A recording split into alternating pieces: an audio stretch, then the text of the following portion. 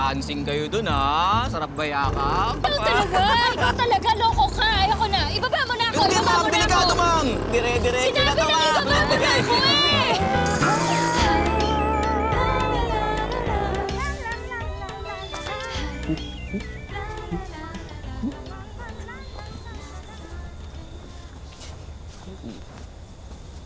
Hey.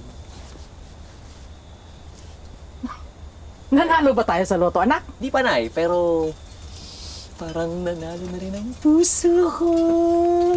Nay, may nangyari na sa amin ng future girlfriend ko! Diyos ko! Nay, sumakay na siya sa akin. Ang sarap ng feeling, Nay. Para akong nasa heaven. Ang ibig mong sabihin, magkakaapo na ako? Ha? Ha? Na hindi yun ang ibig ko sabihin. Ang ibig ko sabihin, sumakay na siya sa akin sa motor. Natid ko sa bahay. Ay, sus! Akala ko naman kung ano na. Eh kasi kung iniisip niyo, Nay. Pero bunso, ha? Hinay-hinay ka lang, ha? Baka mamaya niyan, eh. Umasa ka lang dyan, tapos... Ay, masaktan ka sa bandang huli. Nay,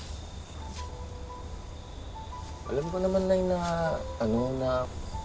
wala akong pag-asa sa kanya eh. Hindi naman ako mayaman. Hindi pa agwapuhan. Ano ka ba naman? Hindi naman yan ang ibig kong sabihin. Ang sa akin, ayoko kong masaktan ka. Saka yung mga sinasabi mo, hindi naman lahat ng babae, sa yaman at saka sa itsura na i-inlove. Tingnan mo naman ako, oh. Tingnan mo ako. Tingnan mo ako. Dali nga. Oh. Tingnan mo. O, di ba na-inlove ako kay tatay mo? Tingnan mo naman, oh. Ayan, oh.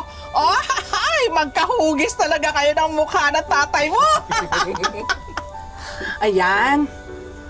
Kaya, may pag-asa ka pa. Ang bunso naman, oh. Tiwala lang. Oh, di ba? Oh, pakita yung dimples. Ah, di ba? Sa dimples pa lang. Patay na. Oh.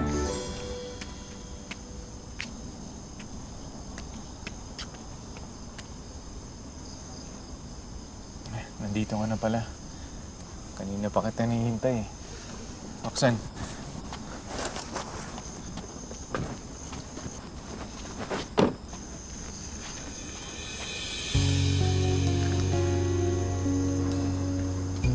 Para sa'yo.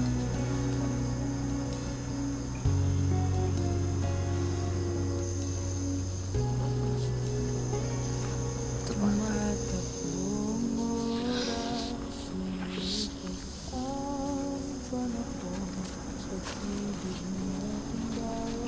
Bati na tayo. Hindi ganun kadali makalimot. Patawarin mo lang ako. Mahal na mahal kita. Mahal? Pero sinaktan mo ko. Pinagpalit mo ko sa kaibigan ko. Huwag mong itatanggi sa akin yan. Dahil meron akong screenshots na magkasama kayo ni Maureen. Kapal ng mukha mo. Pati yung regalo ko sa yung jacket, pinagamit mo sa kanya? Ha? Wala kang pinagkaiba sa tatay ko. Inamin ko nagkamali ako. Pero sa pagkakamali ko yun, na-realize ko kung gaano ka kahalaga sa akin. Kung gaano kita kamahal. Roxanne, mas mahalaga talaga sa akin. Handa akong magbago. Patawadin mo lang ako, Roxanne. Please.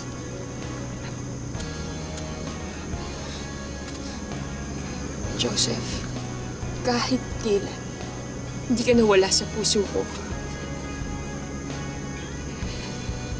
Pero sana,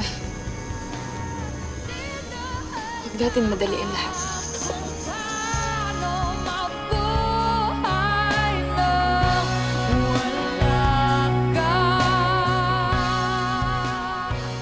Roxanne, sapat na sa akin na nalaman ko na may pag-asa pa ako. Yun lang sapat na sa akin.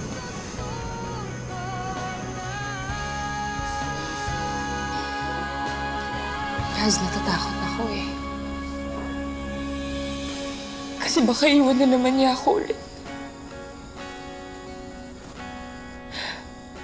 Baka pag pinagkatiwalaan ko siya, tapos maisipan namin gumawa ng pamilya, baka isang araw gawin din niya sa akin yung ginawa sa amin ng papa ko. Kung hindi mo kami pipiliin, simula ngayon, wala na akong ama. Gusto ko siyang bigyan ng buong pamilya. Yan kasi ang problema sa'yo, Cass. Lagi mong kinakabit sa'yo yung issue ng mag-ama. Parati mong iniisip na iiwan ka ng jowa mo. Pero hindi naman yan yung intention niya sa'yo. Pero Kaz, yun naman yung ginawa ni Joseph eh. Hindi na siya ng tawad. Sila, ng papa mo, actually. So, anong dapat kong gawin? Cass, ikaw lang makakaalam mo.